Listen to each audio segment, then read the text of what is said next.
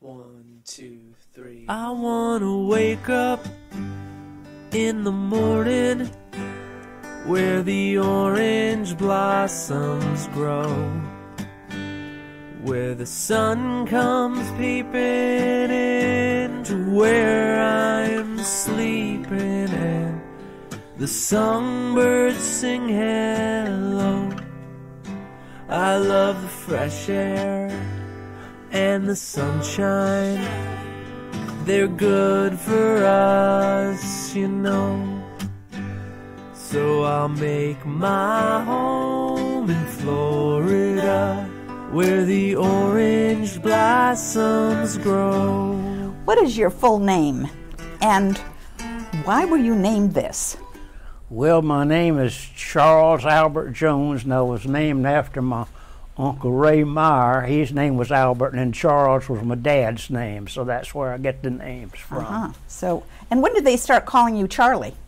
Well, that's kind of fell on us. In school, they started calling me Charlie, and they'd spell it one way, I-E one time and E-Y the next time. So, so you go by E-Y now, yeah, though, right. don't you, Charley Jones? That's what I would say. Right. And so you mentioned the Myers name. Tell me about your parents. What were their names, and what were your siblings, your brothers and sisters' names? Okay, my mother's name was Blanche, of course, Meyer Jones, and then my father's name, he was Charles Jones. And then my grandmother's name was Sarah Celeste Robinson was her maiden name, and of course she married my grandfather's name was John Jones. Yeah. And that was on your father's side. Do you remember your grandparents' name on your mother's side? I remember, yeah, my grandparents, they were, of course, Meyer, and they came from Germany, and his name was, my grandfather was Albert Ray Meyer, and my grandmother's name was Clara. Do you know what Clara's maiden name was before she was married? Her name was Goings, Clara Goings. Yeah. Charley, you've got good memories. Tell me about your brothers and sisters. What were their names, and tell me a little bit about them. Where were you in the birth order? Well, I had one older brother, and his name was Robert E. Jones, and then I had another brother that came after me. I was the third of the boys. I mean, I was the second of the three boys. And then I had Frank Jones. He came after me. Then my sister Lorraine Gibson. Now, of course. Right.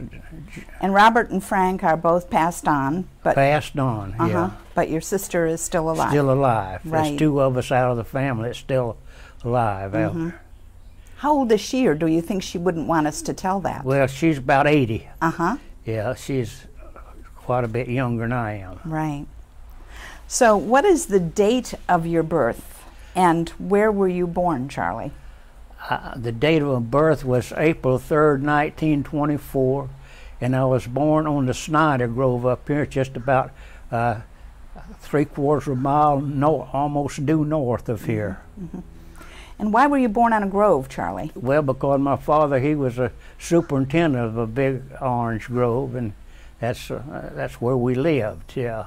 What did it mean to be a superintendent? Well, he hired the people that worked for him, and they ordered all the spray and all the fertilizer and all the necessary things it was to form have a citrus grove that was profitable, you know, and you had to be in charge of how much fertilizer to put on and when to spray the trees and everything.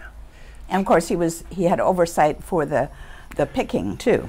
Oh, well, most of the picking companies, they brought their own crews in there and picked the fruit. Of course, if they got to damaging a lot of trees or breaking a lot of limbs, my dad would say something to them, but that didn't happen.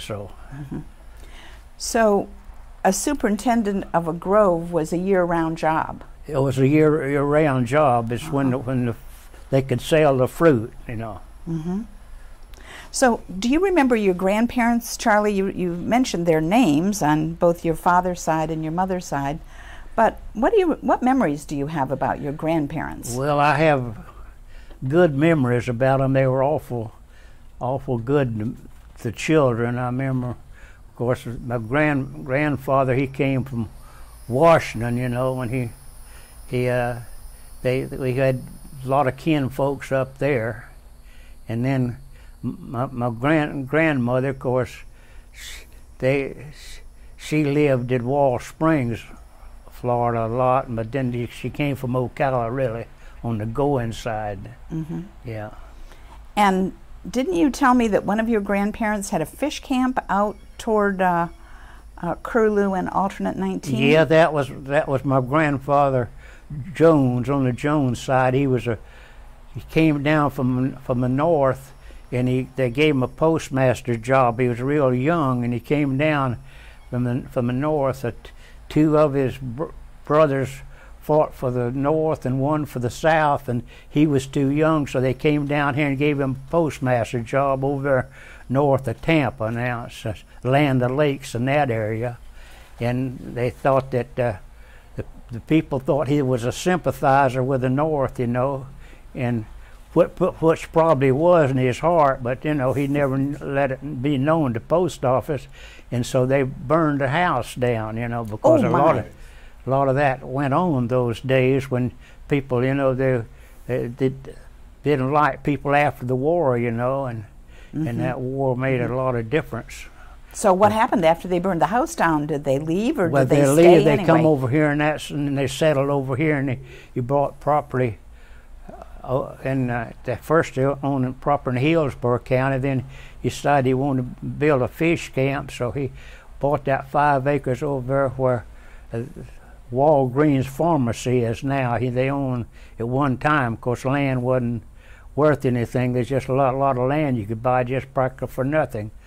And then my dad, he went off to the First World War, and they thought he was killed. My grandmother got a letter that he was killed, but he didn't. He was put in the last room, that they were supposed to be dead when they got there, but he survived. Wow. He had lung damage. He was on the front lines there, and he got wounded, and then he got gassed on top of that. So anyway, he survived, and then my grandmother to give him that 5 acres over there where Walgreens store is, and they got a letter that he had passed away, you know, killed in action, and she thought he had, so she gave the land to my uncle. And so of course, land wasn't worth anything there, and especially around the water, people like to live away from the water on account of the storms, you know. And so it was a strange store, but they all like Model T Fords, you know, and he went out and traded the land for the Model T Ford.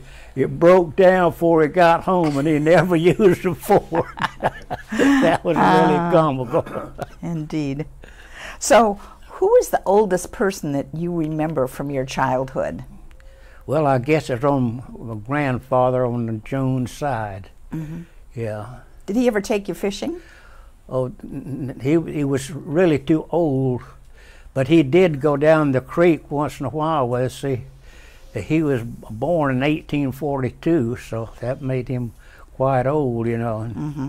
So what creek are you talking about? I'm talking about Curlew Creek, and the one right straight down from here, you know. Curlew Creek's just a little narrow creek, Charlie. I know it, but it was different years ago. It was a big creek years ago. Yeah.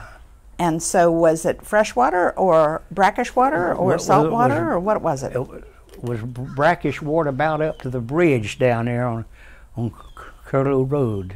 Mm-hmm. You know where the bridge is, right? You know, about a quarter of a mile down the street there. Right. So a little over a quarter of a mile. But then there was a lot of fresh water too, is what you're saying. It started being mostly fresh water just about there, and it was fresh water then on out to the Gulf. Was Curlew Creek ever navigable? Oh yeah. my grandfather, Captain Robinson, which he owned 60 acres across, well, on both sides of the road down on Curlew Road, and he'd bring a boat way at high tide. He had a schooner, and he furnished some of the lumber to build the courthouse in Clearwater, and he could run his schooner up there, but he had to have a high nip tide, they call it, and then he would wait till another tide came in and get his boat out. So, I've never heard the term nip tide. What does that mean? That means a tide that is a lot bigger than a regular tide. Maybe very high tide with a full moon. Yeah, the wind blows the water in here and it causes a real high tide, you know. So you said that your father was a superintendent on the Groves. Is that the only job he had in his lifetime? No, he did a lot of carpenter work. My dad was a carpenter too. He belonged to the union in Clearwater for many years. Yeah. And then didn't he work for the county during the Depression? Yeah, he or did. The city He or sure something? did. He worked for the county for several years, 4 or 5 years, but the county tried to divide the work up where they just let them work 2 or 3 days a week, just enough to survive, get money enough to survive on. I remember one time my dad, he got paid an extra day for working, and then the next week the county took it out of his pay. They found a mistake, and he was really sorry about that, because I think he only got $4.50 a week, you know, for that work, and then it was cut down a day. Well, he didn't get much. Did the county ever pay in script, Charlie? Yeah, they did. I remember Daddy used to have to get script. I guess the county worked with the W Works Progress Administration, and they took care of most of that, and they paid in this script that was just, you could just use it at certain places, because certain stores, they couldn't afford to give the credit, you know, and the store had to be able to give credit, and then they could cash the script in later on to get their money for the food or whatever they were buying. Those were hard times during the Depression. It was hard times in doing the Thurgis, yes, ma'am. Right. Did your mother ever work for a living? Well, she did for a few years there. She worked. My aunt was she was a superintendent of a cafeteria up in Ozona School, and my mother worked up there some, helping with the, you know, with the children, help, feeding the children. Yeah. So tell me a little bit about the first home that you remember that you lived in as a child. Well, the first home I remember living in was right there on Curlew Road, right next to the funeral home there, Curlew Hills, and it was right east of that, right the next house adjoining that property. I think now there's a Greek place there. They have a big auditorium there, but that's where we lived, was a house right there, and that was my first memory of where we lived. So tell me what your house was like. Was it a... Well, it was just a regular country home, and it was they call them shotgun houses there. You could, and they had vertical siding on the rough boards with then battens over the cracks in the boards, and then of course they was on blocks. So there wasn't any permanent foundations. They were just sitting on mostly blocks that they cut out of the woods, you know, to be heart pine where they wouldn't rot, you know, and they would make the blocks out of those heart pine wood. And tell me what it means to be a shotgun house. Well, a shotgun house, they said you could go in the front door and look all the way through the back door. Said you could shoot a shotgun right through the house and not hit any walls. Yes. And did you all sleep in the same room? Did you kids sleep in the same room? Do you remember that? Well, sometimes we had a good house and sometimes we didn't, but we usually, when my dad was superintendent, we usually had the orange groves, but we usually had big houses, you know, with running water and bathroom and everything in them, but then we had houses that didn't have anything. You had to pump the water with a pump, you know, hand pump. And you had an outhouse. Outhouse, yeah. It was, and used the Sears Roebuck catalog mostly for your toilet paper, right? Right. Charley, your kitchen was simple. I mean, it was like a wood fire stove, or did you have a gas stove or electricity, or? Well, in the early days. In the early days, we just had a small wood stove in there. You cut the wood, and then you had to get up, and you had to get up early for children going to school, get the fire going, especially in the wintertime, and then had to do your cooking on that wood stove. And later on, in the late 30s, why I remember Mother got a big kerosene stove. I mean, she didn't get a new one; she got a second-hand one, but it was better than having to cut that wood and you know. Who cut the wood, and who brought the wood in? Who got the stove started? The kids mostly did, because my dad, he'd be working most of the time, but he'd get the wood there for us, and then he'd cut it up. We'd bring it in as necessary, or for the fire. So what did Mom cook? What did you? What was the average meal that you had every day? The best thing they cooked in when hard times was beans and rice. Man, we loved beans, and there was good substantial food, and we all learned to eat beans and rice, and then had oatmeal. Mostly that's a prime breakfast we had, was oatmeal. And of course, there's older people, they drank coffee and oatmeal. That's the main breakfast. And what if you wanted to have a friend come over and have dinner at your house, or you went to a friend's house for dinner? Did they serve anything special? Well, sometimes the best thing we served was fried chicken. Everybody had chickens, and ducks, and it had, if something special happened, we'd have fried chicken. Everybody liked fried chicken, Charley, what is the first memory that you have as a child? What do you remember? First memory. The first memory that I really have, I had a friend that was a cousin of ours, and she was a young, I can remember this, and they told me that she was a real pretty girl, and she wanted to take me for a walk. And we lived over there next to Curlew Hills Cemetery, and that all Curlew Road was sand road then. And she asked my mother, can I take Charles Albert for a walk? And she was about 18 years old. She took me down from the house there, and it was a little incline, and she carried me down there, and we walked up Curlew Road. I remember that, and I must not have been over 18 months old or something. That's a good memory. Yeah, that's been a long time ago. It was a few years. So tell me about holidays. Do you remember how you celebrated Christmas, or what was the biggest holiday of the year? Well, the biggest holiday there was the 4th of July. It seemed like it. Everybody liked that. If you had any money, you'd buy firecrackers, and the families would get together, and they would go somewhere where there was water, and all the kids could go swimming, because it was warm.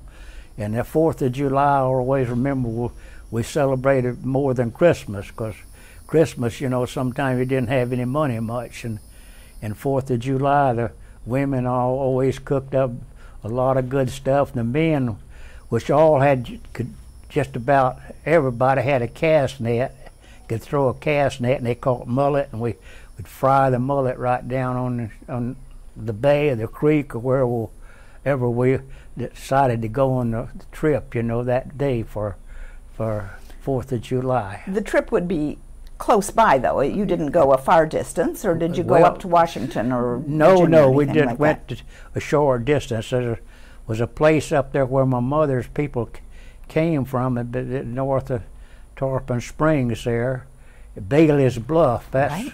Sure. That's where we used to go celebrate the 4th of July. That's a pretty good distance. Did you have a car to get up there? Oh yeah. Right. The cars, there was most dependable car was old Model T Ford. We had we had some Chevrolets and stuff, but the Chevrolets, I had a vacuum tank. It didn't have full fuel pumps on them, and you had to make sure that vacuum tank was working or it wouldn't pull the gas up from the gas tank. So a lot of times Dad would go out and start the Chevrolet and say, the old vacuum tank's not working. You couldn't get any gas to the engine. Oh my. Charlie, back to the holidays, and I love hearing about the 4th of July. Do you remember Halloween or Thanksgiving or Christmas? Anything that was memorable to you? Well, Halloween, we never knew hardly what Halloween was till we got to go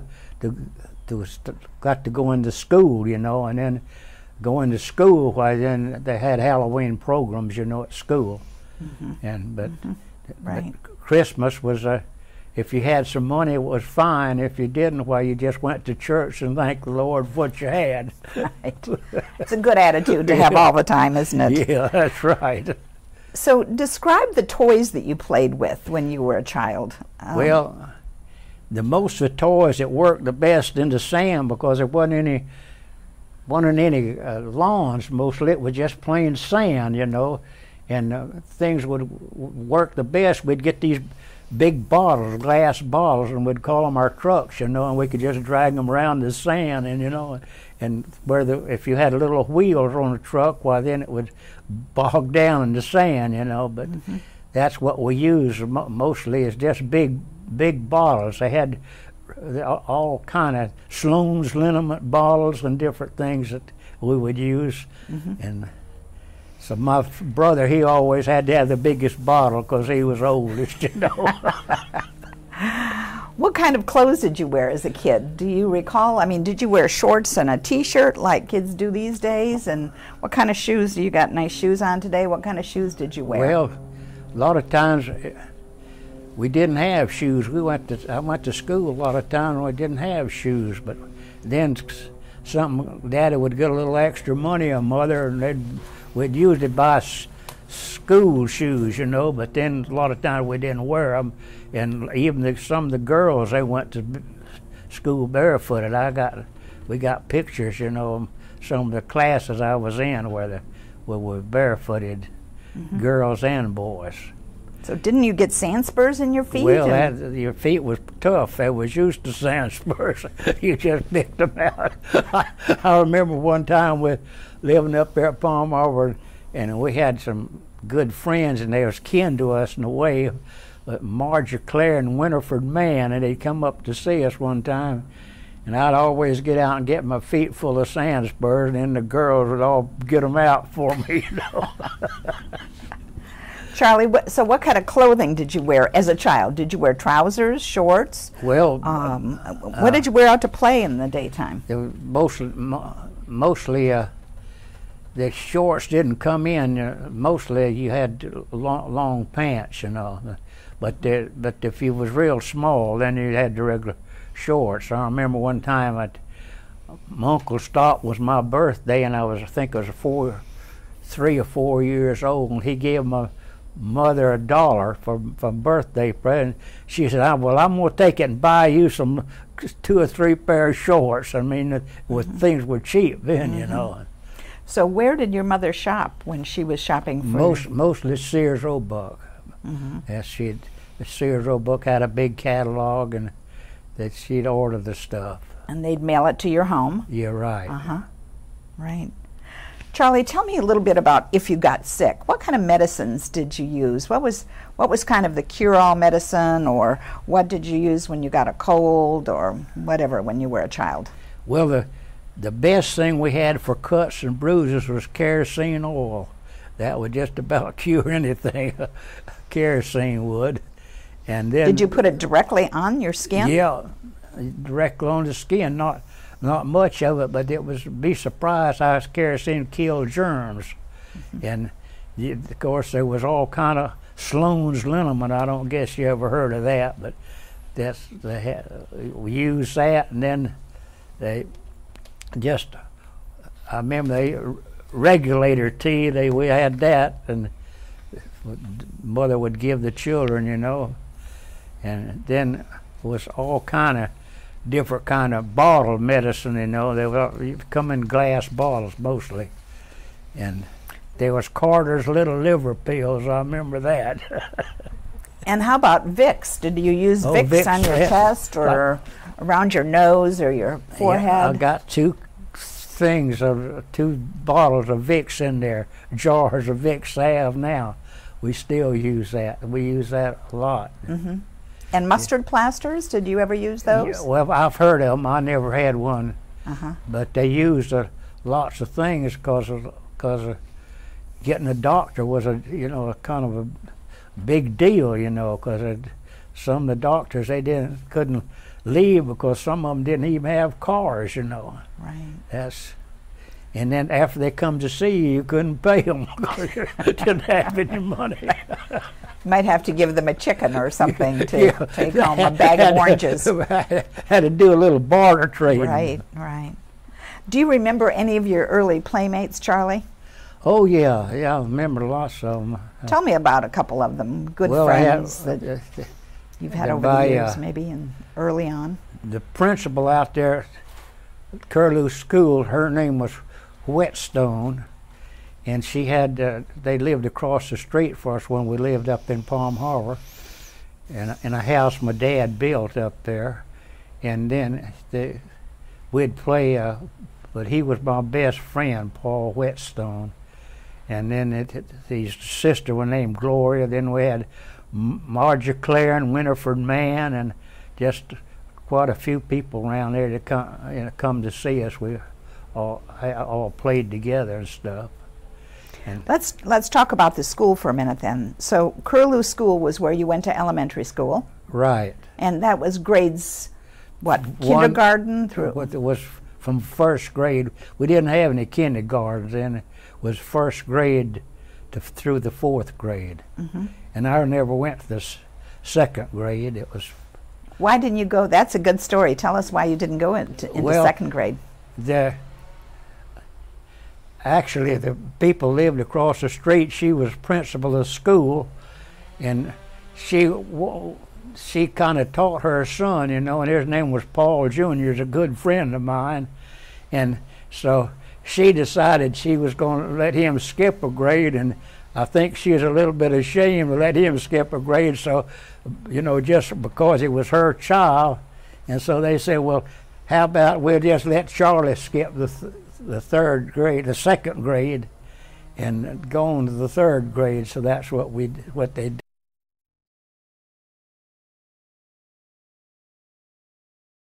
Well, I think you were pretty smart, but you probably think you rode Paul's coattails to get into third grade. I really did, yeah. So tell me a little bit about the school. Was it a one-room school? Did you have a playground? It was a nice bricks school, a two-story school, and they had this first and second grade was all together. Then the third and fourth grade was all together.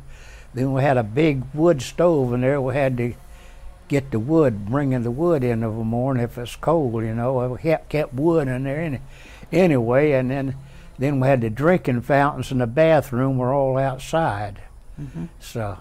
Tell me where that Curlew School is. Is that on Westlake Road? Westlake Road. You know where the fire station is, right? Yes. Well, okay, it's right north of the fire station there, about a mile and a half. Mm-hmm.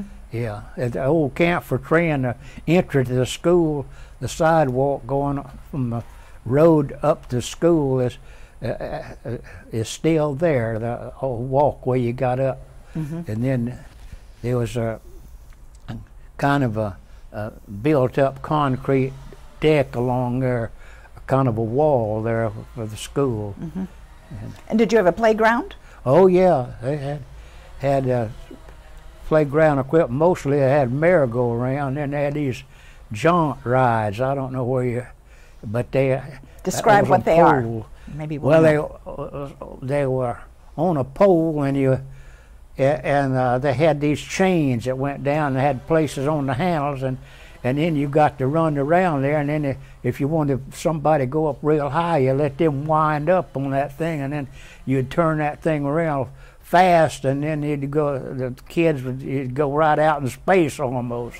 And so it was really, really dangerous, and they didn't have, because there was iron handles and everything, and I remember one of my friends, in fact, he's a cousin of mine, distant cousin, we got him on that thing one time, and man, it like just scared him to death. He cried the rest of the day because he was afraid that thing was going to throw him off, because he would run around you, it would almost get straight out.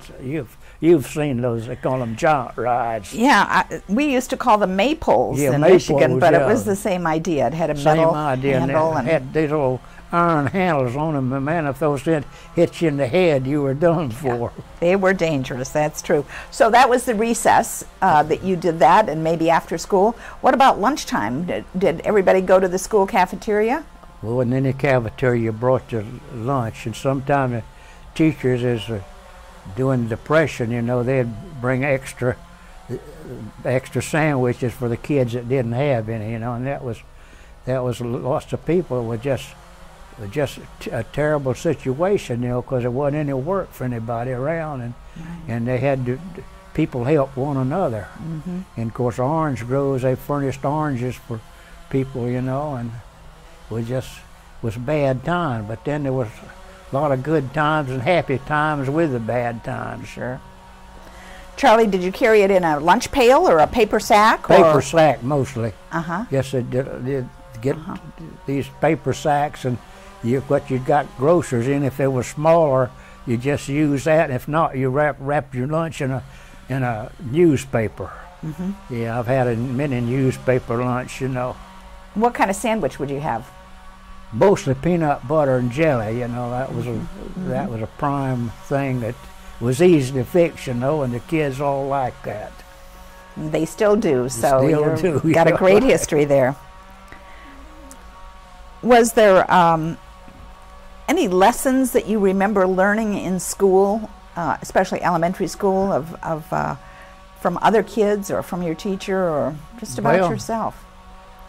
I tell you, of course, we was taught this at home, but the teachers would say, I don't want you people lying or stealing or mainly cheating on your work. Said I don't want to catch any of you cheating, for like arithmetic or other stuff. And said I don't want you to catch any one of you looking at somebody else's paper to get the answers. And so I remember that. And you graduated from 4th grade, and then where did you go to school? I went to school to Palm Harbor Junior High School, which is burned now. It was a big, beautiful building with all conveniences a regular school should have. Where was that, Charlie? It was right on Tampa Road, right when 15th Street, where 15th. It was just down the street north of Tampa Road there on 15th Street. Mm-hmm. There's some schools. I believe they had some trailers in there for schools for a while, but I don't know whether they're still there or not. But that was a There's school. An elementary school there, but it's closed now. Yeah. Put the children in other schools, but that was a junior high school. Junior high school. So you that went from the 5th to the 9th. Yeah, and you graduated from the 9th grade there. Right. And did you go like the kids do these days, where you change classes? You went to geography and you went to history. Oh, we did after we got to Palm Harbor School, not at Curlew's school, but at Palm Harbor. Then you changed class, and you had lockers and stuff, just like that. And then what happened after you graduated from the junior high school? What happened then? Well, I went to Tarpon High School, and then my father and mother got sick, and so I had to quit school, but I had to go back to school later on. So you two older boys quit school to take care of the family and the house. Then my sister, she went on and graduated from Clearwater High School. But then we all went back to school. I went back to school, and then I went to university. I took courses from the University of Florida, and then I went to vocational school and got a diploma for 4 years in Tampa. So out of the 17 that joined up for the school over there. There wasn't but 2 of us got diplomas. I happened to be one of the lucky ones. Congratulations. Not just lucky, I know that. Charley, I heard you were a boxer. Tell me about your boxing days as a kid. Well, the boxing was a big thing when I was got to be about 14 years old. It was something, it wasn't television, and television cut out a lot of the programs, that kids used to do outside. And when television come along, they would rather watch a ball game on TV and they had to play ball. Well, that same way with boxing, the kids had to do something, so a lot of us just learned to box, So did you have boxing gloves and a boxing ring in the backyard, or well, what? I did. When I went off to service, we had rings in, but we just had boxing gloves in the yard. Then there was trainer gloves. There wasn't real small gloves like the fighters use for a regular boxing match, because you could get hurt with those regular, like the fighters use, because the gloves are a lot smaller, and you can hit a harder lick with them. Charley, tell me about Tommy's father that wanted him to box you. Well, he was my cousin, and I didn't really want to box him because I was a fair boxing service there, and I didn't want to box Tommy, but his dad, Tommy was about 6'1", weighed about 220 pounds or something like that. I said, Tommy is not, he doesn't know how to box. Oh yeah, he does. Said he can beat you, and plumb size, I said, well, I don't. Anyway, everybody gathered around. They persuaded us to box, I said, well, I'm not going to make this boxing match last long. Both of us had training gloves on, and he wailed around there with me, and I just waited. I got a good shot under his chin, and I knocked him out on his feet, and his legs just shook all over, and he went down on the ground. And then he said, then he threw up his hands, said, if I can't, don't hit me anymore, because that made his dad mad at me, And he didn't like that at all, because I'd beat his boy. He thought Tom was really going to put a beating on me, So, Charley, we talked a lot about the school times, but tell me what you did in the summertime when you were a kid. Did you go to the beach? Did you get on the Jolly Trolley and go to the beach? No, we didn't get on the Jolly Trolley. We got on the Jolly shoes. We had it, and we'd go down the Curlew Creek. There was a big swimming hole they had. They call it Slippery Log. It's right about it was half a mile due east of the bridge down there, Curlew Creek, and that was a big swimming hole there, and we'd go swimming there, and then we'd go out the Gulf, the bay, and swim a lot there. We did a lot of, that was a main recreation, swimming in there, and so that was. Did you play baseball and other things? Yeah, we played that kids baseball. do? I played baseball for Palm Harbor Junior High, and we played Clearwater and St. Petersburg, and just like teams do, we went from place to place. Was fishing important, Charley? Did you did you need to catch fish sometimes? Oh yeah, fishing. My dad always had a cast net. Then us boys, when we got able to throw one, my brother, they was all over. Both my brothers were better than I were throwing the cast net, but I did catch a few mullet once in a while. But Dad, he kept this cast net, and at least twice a week we had mullet. He'd go down the creek, Curlew Creek, and then out there on right at Island, and fish, right where Walgreens drugstore is. Why out there was all water, and he'd go around there fishing, and he'd go fish in Tampa Bay.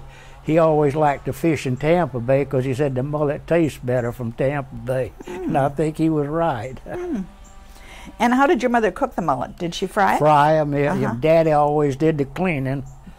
And he could really clean mullet and really fillet them real good. Then mother would fry them. I don't. Did you have hush puppies with him? Oh yeah. They were good. That was good eating. Indeed. Mullet and hush puppies. Did your family have a car? Sometimes we had. Most of the time we had a car, but a lot of times the cars would break down and Dad wouldn't be able to buy the parts for them. Then he would just get money and then he'd fix them back up. But sometimes we didn't have a car because you couldn't afford to get a license tag. Now that was bad, hard times. So he could fix the cars himself. He fixed the cars mostly, yeah. Mostly we had Model T Fords, which they were a better car mostly because they pulled in the sand good and you could go most anywhere with them. I learned to drive in a Model T Ford. Do you ever remember Charlie taking the train anywhere? No, I don't. My people took the train, but I don't remember riding till when Nona and I got grown. Went to Washington D.C. some on a train and different places, but I never went on a train when I. So if you didn't have a car, what kind of transportation did you use? Well, one time we had a horse for several years, but most of the time if you didn't have a car, you walked, you know. I mean, walking was good for you. How about bicycles? Did you have a bicycle? Yeah, I got the first bicycle. My dad bought it in Tampa. He was in the First World War, and he got a little pension, and he said, they give him a little. It was like a pension, but they gave it in kind of a lump sum there. And he said, when I get that money, and it wasn't much, but he said, I'm going to buy you boys a bicycle. And he went over to Tampa, and I remember he paid $14.50 for a bicycle. It was almost new, but it wasn't new. It didn't have any fenders on it, but it was a good bicycle. But that was the first bicycle we had when I was about 14 years old. Did you have a radio or television at home when you were a child?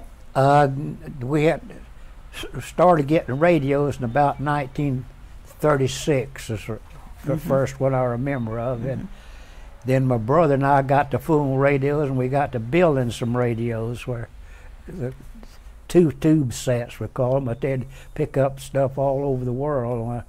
When we'd build one of those, we'd wrap our own coils and build these radios. And when you plugged them in, and didn't have any electricity, but when you run off a battery, when we plugged it in and they come on and worked, why, they was really glad to hear that. Cause for celebration. Yeah, it was made out of parts from old radios that we picked at people had junks, you know.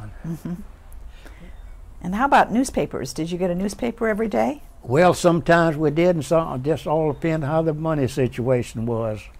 I remember the newspaper was really cheap then. It seemed like it was 35 cents a week or something like that for a newspaper, 5 cents a copy or something.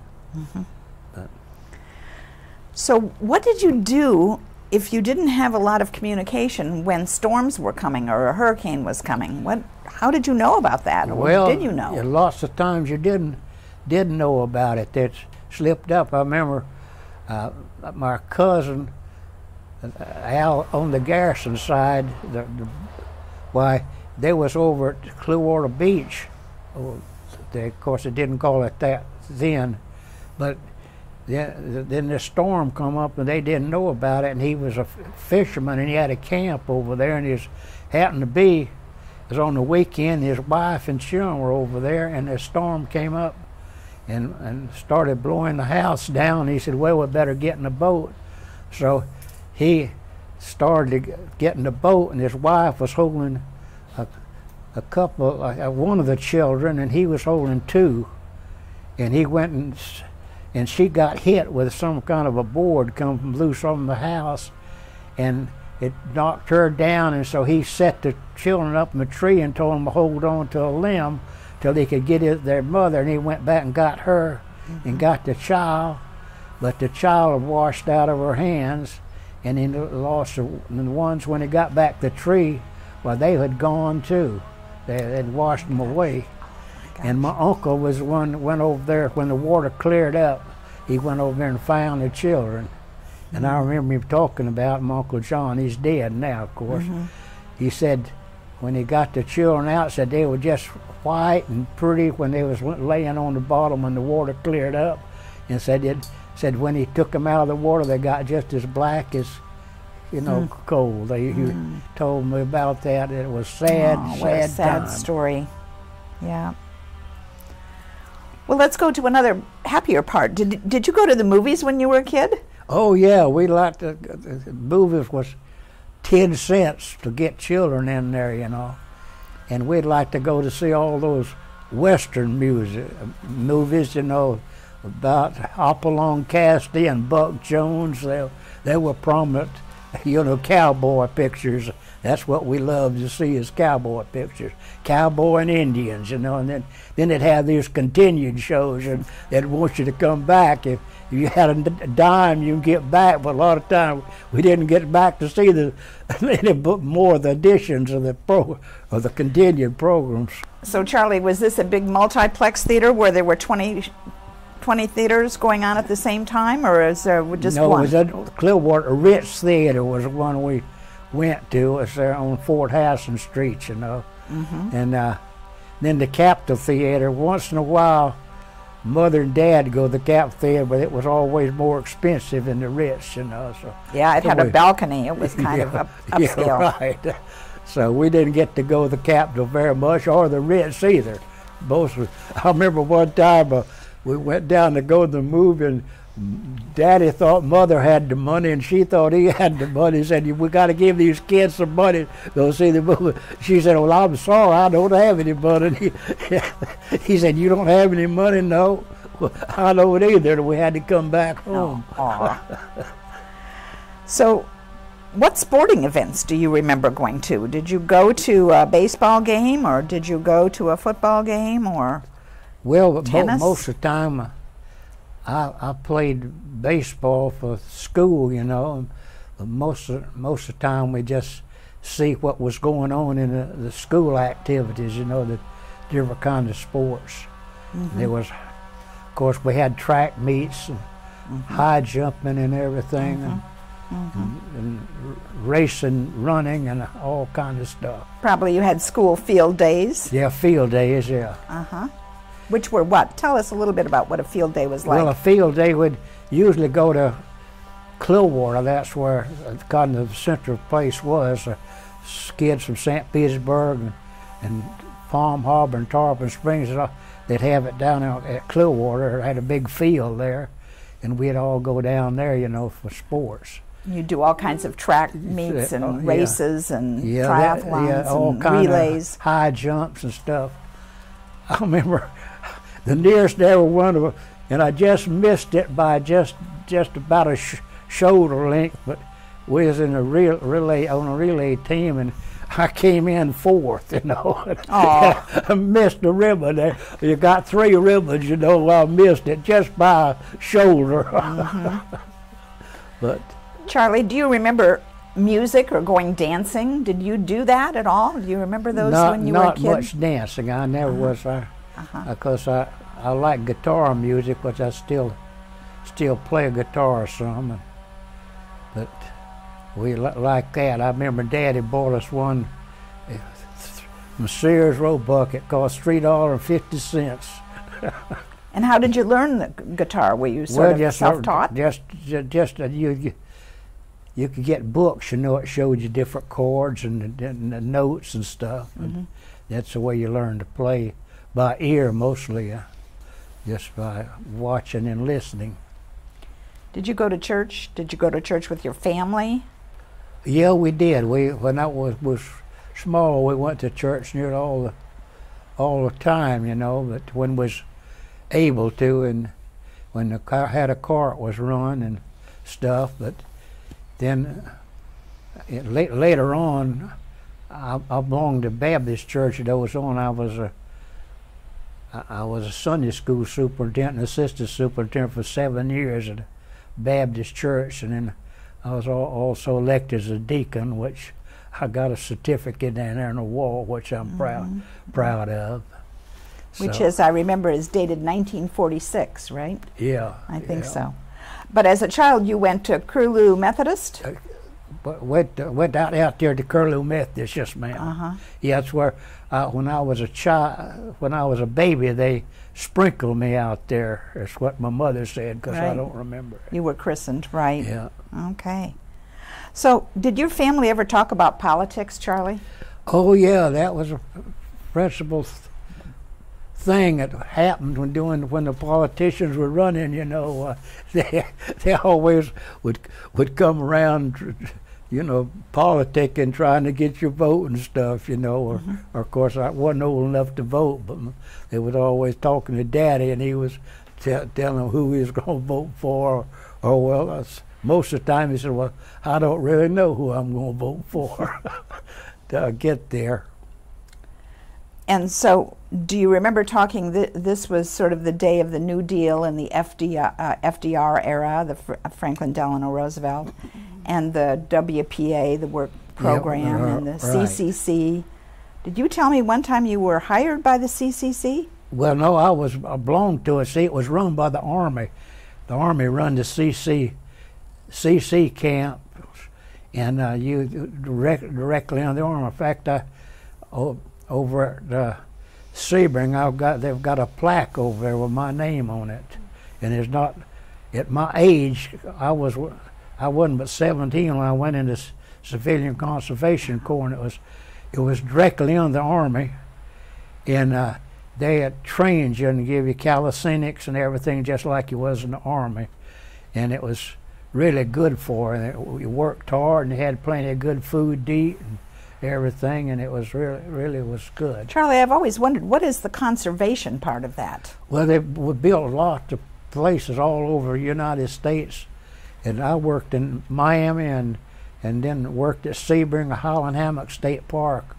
If you're ever over there, then I worked on that project. And then my brother, he's served 18 months in California, and he worked on those parks out there in the mountains and stuff, and there's lots of places that CC boys built all over the United States, and that was actually President Roosevelt. He was really a help, because he really got us out of the Depression really by putting people to work, you know. And the CC camp was a big part of it. It was a minor army, but we got paid $30 a month, where the Army people didn't get but 21. Wow. Yeah, so You were the big spenders then. So eh? yeah, that's the way it was. So, did you do you remember any arts or crafts that you've done? You talked about playing the guitar. So, did you ever make anything? Because I know that you eventually went into construction. Well, I made. I'm talking now as a kid. Well, at school you're talking about? Or at home, yeah. Yeah. Well, I made several things in school, you know, for manual training. I've got one of the cedar chests in there I made, and several other things, bookcases and different things I made in manual training. And our teacher was Mr. Moore, which was a very good manual training teacher, and he would take our stuff to the fair and stuff, and we'd put it on exhibits, you know, and then we'd bring it back home. So what did manual training mean? Well, manual training mean that you was working with your hands and different kind of tools and power saws and planers and different things, to where you could make this all different kinds of stuff.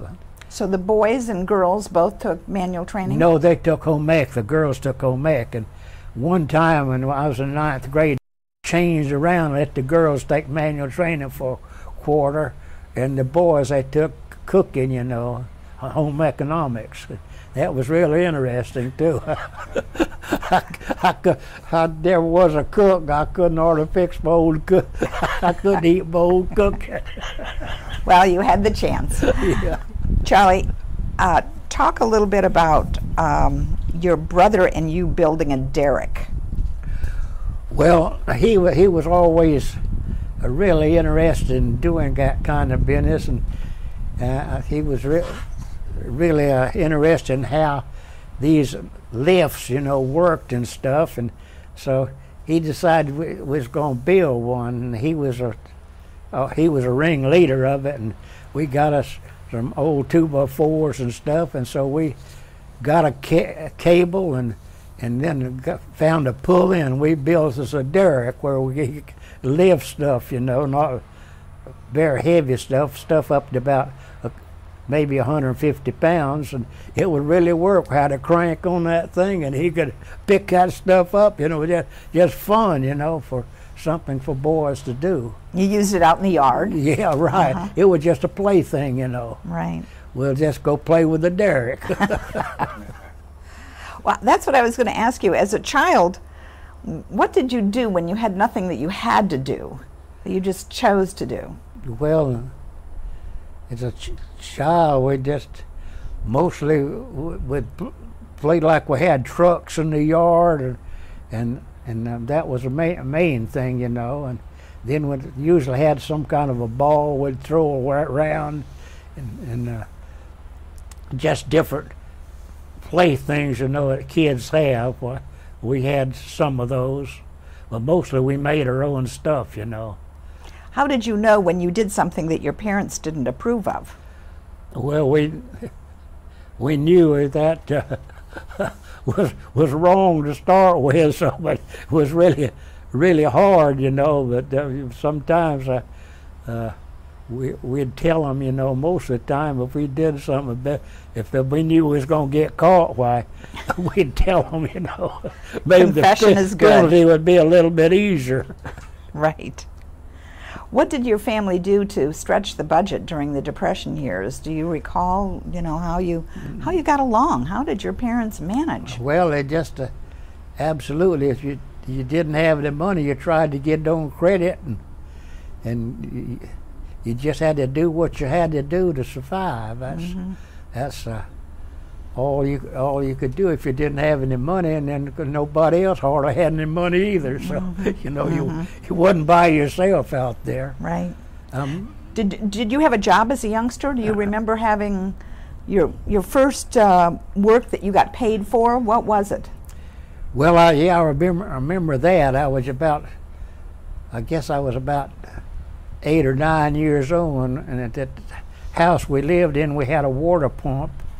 And one of our cousins, he was setting out an orange grove there, and he needed somebody to help him pump the water to water the trees. And so I agreed to pump the water and carry it out there where he was setting out the trees, where we could water the trees. Then when he come back that evening, he said, "Well, you've been a pretty good boy. Help me, I'm going to give you a nickel." So he gave me a nickel.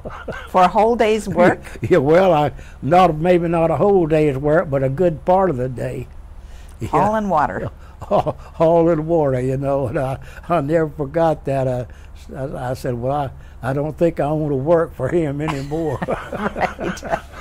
Or maybe you don't want to make a career hauling water either. That's right. Especially when you got to pump it with a pitcher pump, a hand pump.